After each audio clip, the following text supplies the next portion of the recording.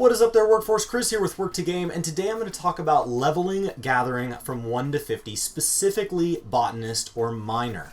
And so I am on my botanist right now. Both my botanist and my miner are over level 50, and so I'm not going to be able to necessarily show you any of the ways in action in how much experience they gain, but I will be able to show you exactly how I got there and a couple of tricks that can make this a lot easier for you. The first is you'll notice I'm in Gridania. That's because I'm a twin adder. So if your grand company is not the twin adders, you need to go to the capital city where yours is, and you need to go to this serpent personnel officer. Now you can actually save yourself the trip if you open up your timers menu. That is in duty timers. Mine's bound to control you, and if you open that up, this guy, what he wants is actually here in this very top spot, the next mission allowance. This gives you a list of supply missions for crafters and provisioning missions for gatherers. This is a huge amount of experience. It does give some grand company seals, which is nice. You can use that to buy things like cordials or ventures or extra of these little scrolls, and we'll talk about those in a moment.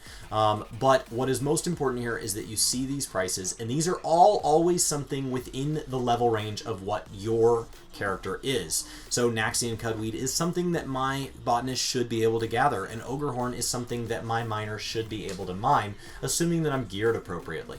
So if we go up to the Serpent Personnel Officer, what will happen is when we turn those in, you will open him up and you will undertake a supply and provisioning mission, and then supply, and these will be turned white if you have the item in your inventory, and you'll turn it in just like you would a quest. Provisioning is the next tab. Expert Delivery is a great way to get rid of all this extra stuff that's market prohibited and that you don't want to desynth, especially all that dungeon loot you get, and that will just give seals, but it doesn't give experience. Provisioning here, you will see, is giving a huge amount of experience. I'm at level 70, so as soon as Shadowbringers drops, if I want to start provisioning, I would be able to turn in 10 Cudweed for 1.9 million experience. And 1,500 seals. Now, if you get it in high quality, it does double, just like a Leve, which brings us to the second best way to level. This is great, but it only resets once a day. And so I would say the second best way to level from 1 to 50 is going to be Leves. Now, Leves are in a variety of cities. The easiest place when you're first getting started is to just go to like the Adventurers Guild for Miner, or in this case, we'll actually run down, since we're a botanist, we'll stay in the Shroud. And so when you're first getting started, Leves are basically quests that are repeatable, and you can do them up until you have run out of your Leve allowances. So if we open up here, you see my Leve allowances, I'm at 64. It caps at 99. And so this little number here, and they recover slowly, so most of the time people are at 99 the majority of the days that they're logged in, because when you use them it never feels like you have enough, but they do recover, and you can actually see when you're getting more Leves back in that timers here. Next Leve allowance tells me that I'm going to be getting them at this time on this date, and so on. So you can actually, this timers thing is incredibly useful to see, like when your ventures are done and when the fashion report is, and it's just a really great little screen to check on.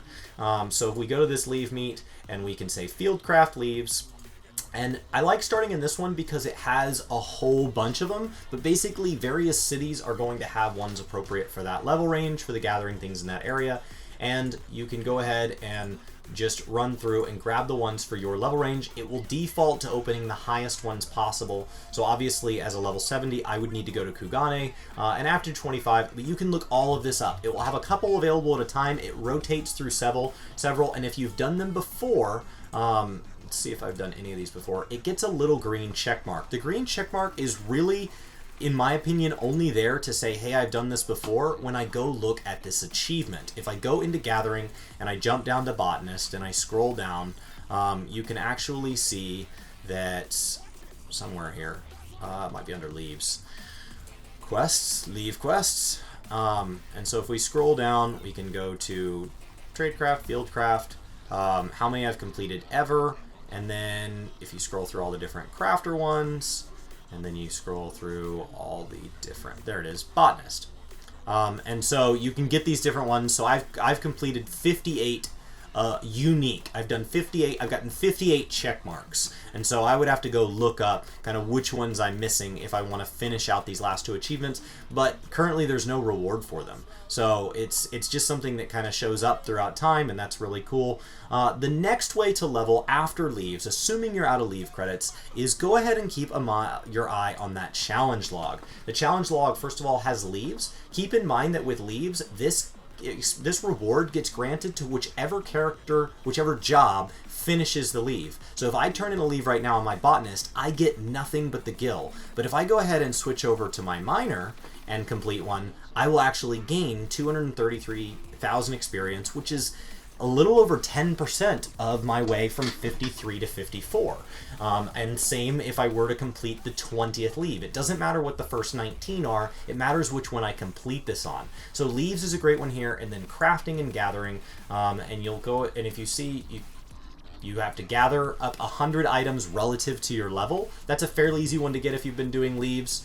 And then high qualities. But you can see that because I've been doing things relative to my level and my gear isn't super tricked out, I haven't gotten that many high qualities this week. And so that one can be a little harder to get if you're wanting experience from it. So if your challenge log is complete and you've done 99 leaves, the last thing you can do is you can go ahead and gather. And if we open up that gathering log again, you can actually see, you can flip between these tabs and you can click on your highest and you can see what's able to be gathered, and you can actually go to a market board and see what is selling. And then just go out there to that node and just gather a whole bunch of it up, sell it for a profit.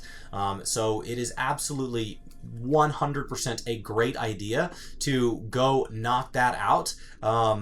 It can make you a ridiculous amount of money. It is not the fastest way to level, and so with those 3 leveling methods in mind, that is all you need to get from 1 to 50, except there are a couple of items that can make it faster. And so if we hop back over to my botanist, I actually keep these here. Cordials can make it faster because they allow you to use your GP more aggressively instead of waiting for it to recover. But there's also these manuals. Now these manuals are things that you either buy if I run back to my Grand Company, you buy them with Grand Company seals, or your squadron can actually return with them for the company issued survival manual 2s and 1s. I buy those. And then these commercials, I think, are the ones I get from my squadron. These top 2 here, the level 2 and the commercial manual, which give ridiculous amounts of experience, share a buff with each other, and so you can't have them active at the same time, but you can have them active with the first one here. You also want to always have a food buff. There are foods that affect gathering, but most importantly is just that you get that 3%. Keep in mind with your food buff, you can always eat twice to drive this up to 59 minutes, but you want that experience 3. So it doesn't matter if this was a spell speed food, you want that experience 3. That's the most important part. If you can buy food that actually benefits your gathering and things like that, that's even better, but the most important thing is to keep that gathering. And then the last thing is if you can get your free company to do this for you, there is earth and water, which gives you increased experience from gathering, and that is just something that they would buy through this quartermaster, and they would go ahead and spend company credits on actions. And in this list there are things that benefit crafters, gatherers, battling, cost of teleports, all sorts of things. They can only have 2 active at a time, so if they don't have it active for your gathering, hopefully they have at least 2 things active if they're telling you no.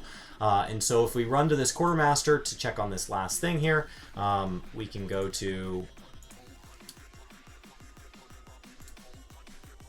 There we go. We can go right here and we can see Company Survival Manual 2s are 2,300 seals. That sounds like a lot, but if you're doing your supply and provisioning missions daily, it builds up quite quickly. I find mine approaching cap, and then I just blow it all at once, buying a whole bunch of manuals. And then if we drop down, actually it was right there, there's cordials at 500 apiece. If seals are something that you have a lot of, I spend 500 seals on this. Cordials also oftentimes come from doing your daily beast tribes and things like that. I think sometimes drop them. Doing leaves will sometimes drop them. And they sell for about 700 gil. So if gil is easier to come up with, that's another great way to get cordials, because these are market prohibited. So a lot of times I will buy these. There's the crafting ones and the gathering ones, and I will buy those as often as I need to. to keep those around. So I'm down to 3. If I run out of those in the commercial, then I'll come back and buy more. I can always go run a few dungeons where, you know, the level 70 items are like 1,500 seals a piece. So every 2 drops that I get from a level 70 dungeon is buying me at least 1 manual.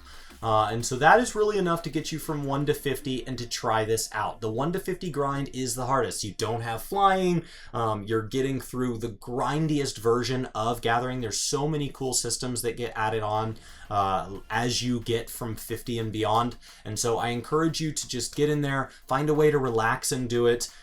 Fishing, for example, I find really relaxing with a controller versus my keyboard. Botany, I still prefer keyboard and mouse, but find a way to put on a TV show, something like that. Watch your favorite streamer, watch a docuseries, whatever it is, and just sit there and just grind it out. And you will be amazed at how much money you make on this and just how rewarding it is to find a way to relax in the game where you don't feel like, oh my gosh, I have to be paying attention nonstop. It is very rare, especially if you have stealth on, that you're going to die as a gatherer, and so it's just such an easy way to play and a nice way to take a break from anything that you've been doing over and over, running dungeons or whatever it is that you've been doing until you got around to leveling gathering. My name's Chris with WorkToGame. I hope you guys are having a fantastic day. I would love to hear any tips and tricks that I missed for 1 to 50 down below. Keep in mind this is an intro guide, so I know there's a lot more advanced stuff we can go over, and there is a whole host of skills that I have not even begun to talk about, as well as all these other types of nodes and quests and collectibles and all sorts of cool systems, but this should get you from 1 to 50 just fine, and I will see you next time. Hey guys, it's me. Thanks so much for watching this video, and we hope to see you on our next.